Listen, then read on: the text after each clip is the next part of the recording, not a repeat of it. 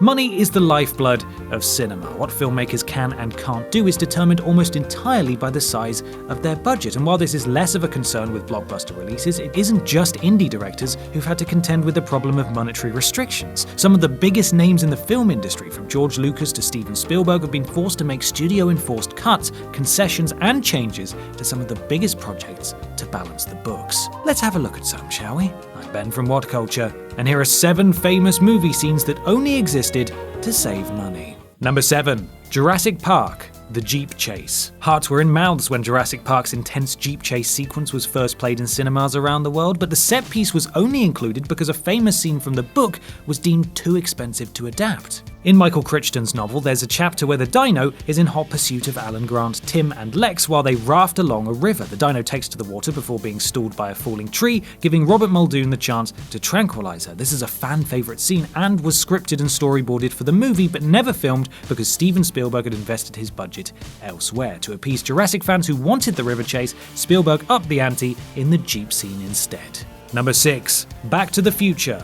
Marty's lightning-fast exit. Marty's escape from 1955 with the help of a DeLorean, some plutonium, and a lightning bolt is one of the greatest exits in cinematic history, but it would never have existed if director Robert Zemeckis' budgetary demands had been met. The filmmaker's initial script, which he co-wrote with Bob Gale, used an atomic blast to send Marty home. Apparently, Doc Brown's sidekick originally drove the time machine out to the Nevada desert in the final act, straight into the heart of a nuclear bomb test, in order to generate the 1.21 gigawatts of power that time travel requires. That's stupid. That's so stupid. One budget cut later, Zemeckis and Gale had to come up with a less expensive way of sending Marty back to the present, and the rest is history. Number 5. Star Wars. The Destruction of Alderaan. Star Wars is probably the last film franchise you'd expect to be bound by budgetary limitations, but during the New Hope era, this was the case. When the Death Star blows Princess Leia's homeworld of Alderaan to smithereens, it establishes the Galactic Empire as space's answer to the Nazis and sets the movie's stakes, but the planet initially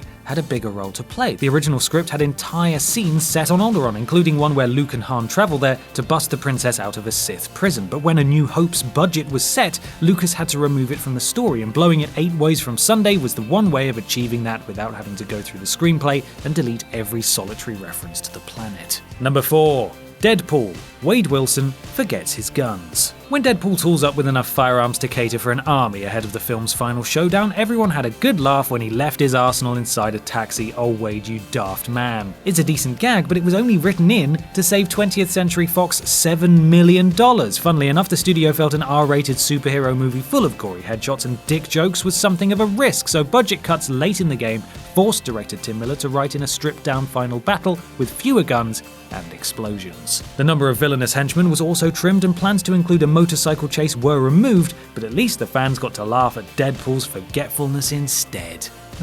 Number 3. Rocky. The intimate ice skating scene. One of Rocky's most tender scenes features the Italian stallion and his soon-to-be girlfriend, Adrian, on a date at an ice skating rink on Thanksgiving night. The intimacy of this scene is what makes it so poignant. This is the moment when the pair realize how well they complement each other, but it only played out this way due to the film's minuscule budget of just $1.1 million. Sly Stallone's original script had this take place against a bustling backdrop with the ice rink open for business and dozens of other skaters zipping by. Since there was no money to pay for all of those extras, the scene was whittled down to something more emotive that was a better fit for Rocky's tone. Number 2. Raiders of the Lost Ark. Indy brings a gun to a sword fight. Spielberg ended up shooting the film in just 73 days on a budget of $18 million, and it was a helpful suggestion from lead actor Harrison Ford that helped him trim both the runtime and the project's expenses. The scene early in the film where Indy guns down the swordsman is legendary, teasing the audience into thinking they're about to witness an epic battle, only for the hero to dispatch his opponent in a way that just makes too much sense. The script originally called for a drawn-out showdown that would have taken 3 days to film and eaten into the tight budget, so Spielberg took Ford up on his suggestion to have Indy just shoot the sucker. Although the actor's suggestion was a shrewd one that resulted in the film's funniest moment, the fact that he was suffering from dysentery and having trouble withstanding the blistering Tunisian heat during the shoot was the driving force behind it. Number 1. The Blair Witch Project. The eerie ending. People have called it chilling, ambiguous, and thought-provoking, but here's another word for the original Blair Witch Project's ending: unavoidable. Filmmakers Daniel Myrick and Eduardo Sanchez shot the found footage classic on a budget of just $60,000, and that had completely dried up when it came to filming the final scene. With no money left, the duo had to improvise and bring the curtain down with subtlety, serving up a final scene in which one of the characters is seen facing the wall while another drops the camera, presumably after being attacked. It's a callback to the tale of a sadistic child murderer called Rustin Parr, mentioned earlier in the film. When test audiences were left baffled by this conclusion, the studio did end up handing over more money so Myrick and Sanchez could shoot some alternative endings, but ultimately, they went with the cheap one.